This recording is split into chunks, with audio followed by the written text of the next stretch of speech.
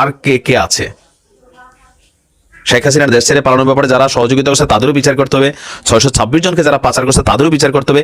So এখানে ঘুরে ফিরে কিন্তু আমাদের সেনাবাহিনী বা সেনা প্রধানের যে জায়গাটা সেটাই কিন্তু বারবার আসছে, বা তিনিও কথাগুলো বলেছিলেন যে ওই মুহূর্তে কেন আশ্রয় দিয়েছিলেন। সেনাপ্রধান কিন্তু বলছেন যেভাবে মব জাস্টিস শুরু হয়েছিল, বিভিন্ন মানুষকে যেভাবে হত্যা করা শুরু হয়েছিল, তো সেই ক্ষেত্রে তাদের প্রাণ বাঁচানোর জন্যই তারা বিভিন্ন জায়গায় আশ্রয় নিয়েছিলেন। আরেকজন আশ্রয় নেওয়া মানুষকে সেনাবাহিনী কখনোই মব জাস্টিসের হাতে তুলে দিবেন না, এটাই স্বাভাবিক। আসলে সবকিছু মিলিয়ে একটু তো পেচকি কেমন জানি ফিল হচ্ছে যে আসলে বাংলাদেশে আমাদের এখনো কতটা স্থিতিশীল আছে।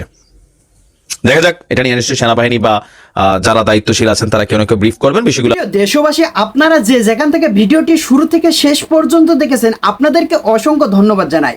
দর্শক, আপনাদেরকে আরেকটা রিকোয়েস্ট করতে চাই, যারা এই ধরনের নিউজ ল্যাব দেখতে পছন্দ করেন, দেরি না করে এই চ্যানেলটি সাবস্ক্রাইব করে বেল আইকনটি অল করে দেবেন, তাহলে দেশের সকল আপডেট খবর এবং রাজনৈতিক খবর সবার আগে এক ভিডিওর মাধ্যমে দেখতে পারবেন।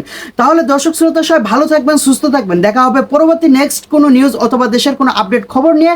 আসসালামু আলাইকুম।